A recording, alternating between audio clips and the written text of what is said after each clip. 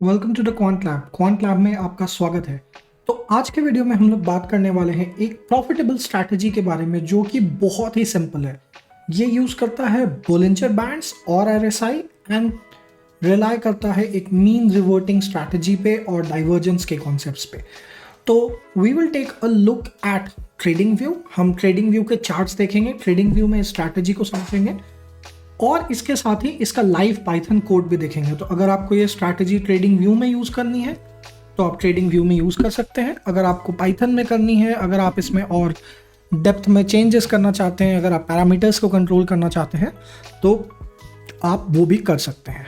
तो सबसे पहले हम लोगों ने ट्रेडिंग व्यू खोल लिया है और इसमें हम ऐड करेंगे बोलिंजर बैंड। तो सिंपल बीबी ऐड करने से बोलिंजर बैंड ऐड हो जाता है और आरएसआई ऐड करने से आरएसआई ऐड हो जाता है। तो वो मैंने पहले से ही ऐड करके रखा हुआ है, उसको हम लोग अब देखते हैं। तो मैंने कुछ बहुत ही छोटे छोटे चेंजेस किए हैं, चलो उसको देख लेते हैं। सबसे पहले तो बोलिंजर बैंड का मैंने जो लेंथ है उसको 20 जो डिफ़ॉल्ट रहता है, जो रीसेट कर देता हूँ, उससे मैंने 30 पे कर लिया है। डिफ़ॉल्ट पे देख लेते हैं, चलिए कोई दिक्कत नहीं है। और स्टैंडर्ड डेविएशन 2 पे रखा है, ठीक है। स्टाइल को मैंने थोड़ा सा चेंज किया था, मैंने बस लाइंस को थोड़ा सा थिक किया था ताकि पढ़ने में थोड़ी सी आसानी हो और देख पाने में थोड़ी सी आसानी हो। इसके अलावा और भी मैंने कोई चेंज मैंने नहीं किया है। इसके अलावा आरएसआई के जो जोन्स हैं ये आप अपने कंफर्ट के हिसाब से एडजस्ट कर सकते हैं। आरएसआई का लेंथ 14 ही रहने देते हैं और एसएमए जो आरएसआई का है वो भी 14 और 2 पे ही रहने देते हैं। यहाँ भी बोलिंजर बैंड स्टैंडर्ड डेविएशन ले रहा है। इसके बाद हम अपना बोलिंजर बैंड का जो अपर है और मिडिल है और लोअर है उसको चाहे तो एडजस्ट कर सकते हैं। आप इसको और टाइट या नैरो कर सकते हैं अपने कंफर्ट के हिसाब से। अभी मैंने इसको 70-30 पे ही छोड़ दिया है। इसको यूज़ करके आपको स्ट्रैटेजी मोटा मोटा समझ में आ जाएगा। इसके बाद आप जैसे डेप्थ में उतरेंगे आपको वो फाइन ट्यून करना पड़ेगा पैरामीटर को ऑप्टिमाइज़ करके। तो हम लोग डेली चार्ट पे आ जाते हैं और मैं स्टेट बैंक ऑफ इंडिया का स्टॉक ले रहा हूँ। तो सबसे पहले इसको समझते हैं कि ये हमें बता क्या रहा है।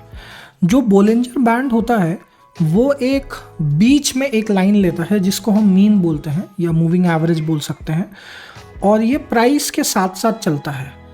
और उसके बाद दो स्टैंडर्ड डेविएशन ऊपर और नीचे दो और लाइन बना देता है। तो ये एक तरह का पाइप बन जाता है, एक जोन बन जाता है जो कि आपके प्राइस के साथ साथ चलता रहता है।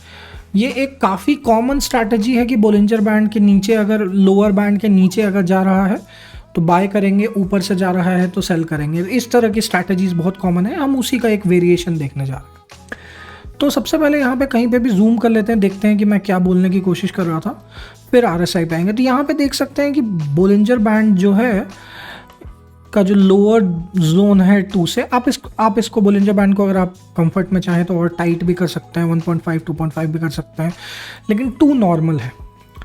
यहाँ पे प्राइस बाहर आ रहा है इस लोअर बैंड से, जो कि एक अच्छा इंडिकेशन है। इसका मतलब है कि ये इसके बाद चांसेस हैं कि ये ऊपर जाएगा, ऑल्दो गारंटी तो कुछ भी नहीं होती है।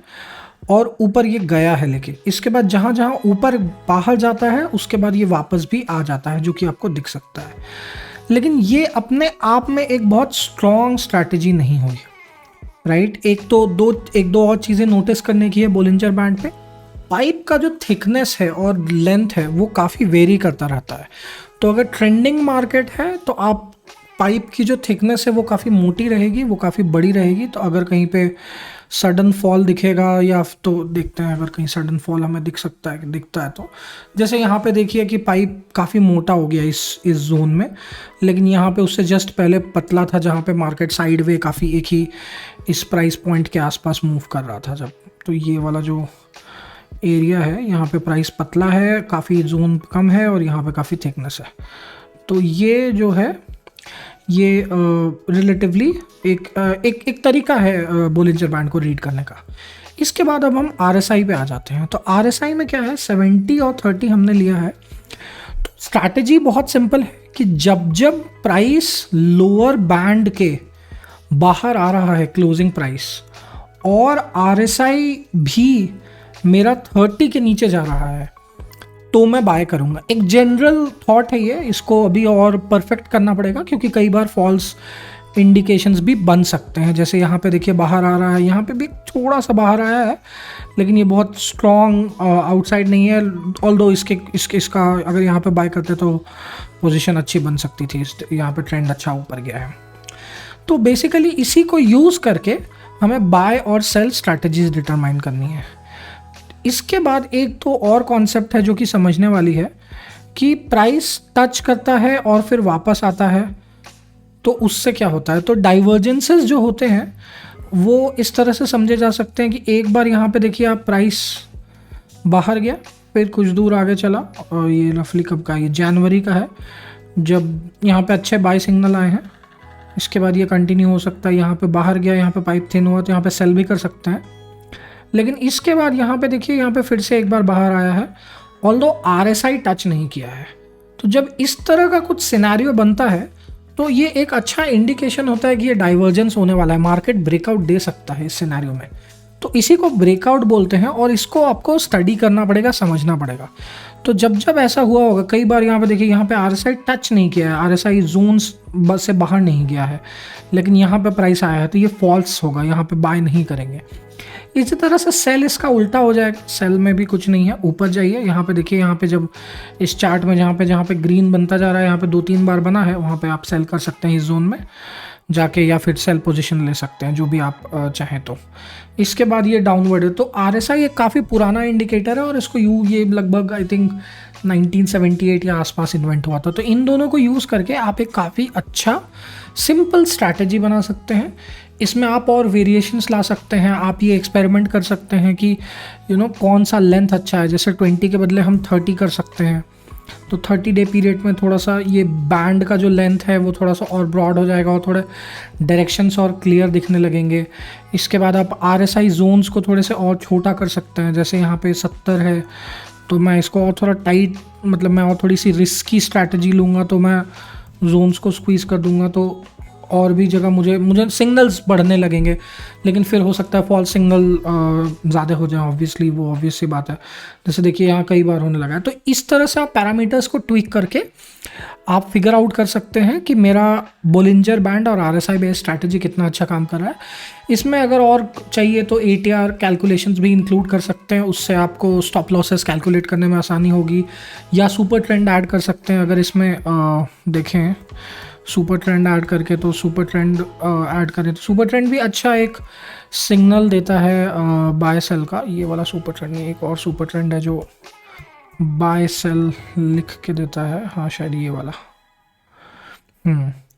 तो इस सुपर ट्रेंड में हम कुछ भी नहीं चाहिए, हमें सिर्फ और सिर्फ ट्रेंड नहीं चाहिए, हमें सिर्फ बाय और सेल लिखा हुआ चाहिए।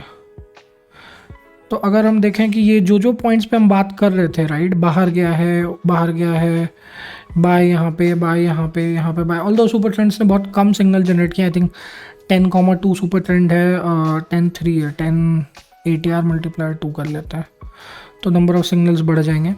तो यहाँ पे देखिए थोड़े नंबर ऑफ सिग्नल्स बढ़ गए और उन्हीं डायरेक्शंस में बढ़ रहे हैं जहाँ पे हमने बात किया था। तो इनको या इन तरीकों को यूज़ करके आप अपनी स्ट्रैटेजी को थोड़ा सा और कॉम्प्लेक्स बना सकते हैं और थोड़ा सा और स्ट्रॉन्ग बना सकते हैं। चलिए आप पाइथन कोड देखते हैं। तो मैंने पाइथन कोड ये रहा, तो ये है बोलिंजर बैंड RSI स्ट्रैटेजी। बहुत सिंपल है, मैंने इसको लगभग पिछले कई सालों का डेटा पे प्लॉट किया है। ऑल्दो इस स्ट्रैटेजी ये प्रॉफिटेबल दिखा रहा है, लेकिन I would not give a stock advice कि ये अच्छा स्ट्रैटेजी है to buy State Bank, because अगर मैं डेट चेंज करूँ या पैरामीटर चेंज करूँ तो हो सकता है। तो सबसे पहले हम याहू फाइनेंस को इंपोर्ट करेंगे। याहू फाइनेंस को हमने इंपोर्ट कर लिया, फिर हमने टिकर ले लिया, याहू फाइनेंस को यूज़ करके स्टार्ट टाइम एंड टाइम डाल के डेटा डाउनलोड कर लिया है।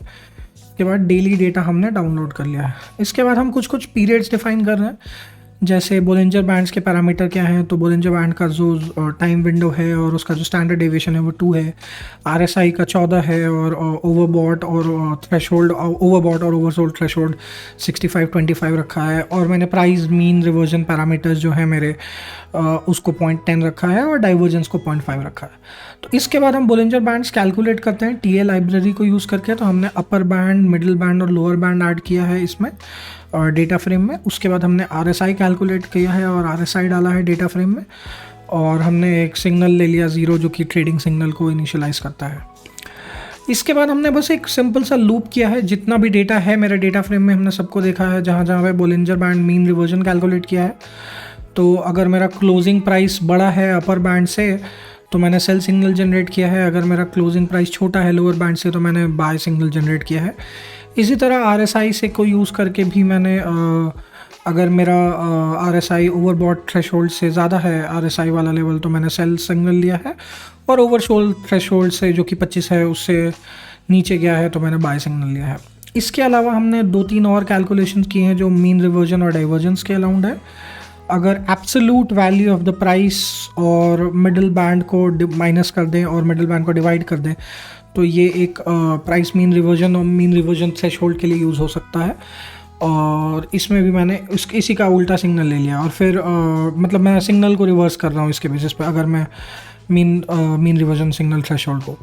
उसके बाद डाइवर्जेंस में भी मैंने सेम ही काम किया है कि मैंने क्लोजिंग प्राइस और RSI के बेसिस पे डिवाइडेड बाय RSI को डाइवर्जेंस के through calculate greater than evaluate किया है, और सिग्नल को फिर से मैंने रिवर्स कर दिया है कि पॉजिटिव सिग्नल था तो नेगेटिव सिग्नल कर दो। इसके बाद मैंने इसको बैक टेस्ट किया है और थोड़ा ड्रॉ डाउन कैलकुलेट किया है। तो बहुत ही सिंपल है ये, मैं अभी लाइव रन करके दिखा देता हूँ जल्दी से ताकि ऐसा ना लगे कि ये गलत है।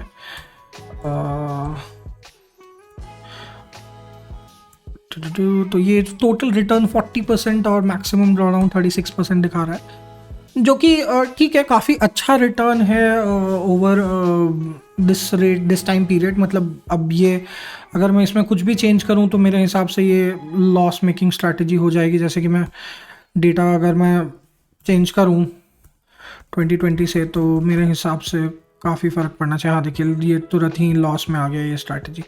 तो ये काफ़ी आई वुड से टची है 2 पैरामीटर्स, लेकिन आप पैरामीटर्स को अपने हिसाब से ऑप्टिमाइज़ कर सकते हैं। एक्चुअली काफ़ी रूम है पैरामीटर को ऑप्टिमाइज़ करने का। यहाँ पे काफ़ी सारे पैरामीटर्स हैं जिनको हम ऑप्टिमाइज़ कर सकते हैं। रिवर्जन थ्रेशोल्ड्स हैं, डाइवर्जेंस थ्रेशोल्ड हैं, बोलिंजर बैंड्स के पीरियड हैं, स्टैंडर्ड डेविएशन है, बहुत सारी चीज़ें हैं।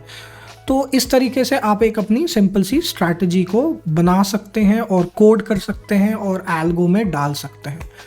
तो अगर आपको ये वीडियो अच्छा लगा तो प्लीज़ लाइक और सब्सक्राइब करना मत भूलिएगा। बहुत ही सिंपल स्ट्रैटेजी है। अगर कोड की ज़रूरत है, किसी को कोई कोड से खेलना चाहता है तो प्लीज़ कमेंट में डालिए, मैं गूगल कोलैब पे ये कोड डाल के आप तक पहुंचा दूंगा। धन्यवाद, thank you for watching, please subscribe, bye bye.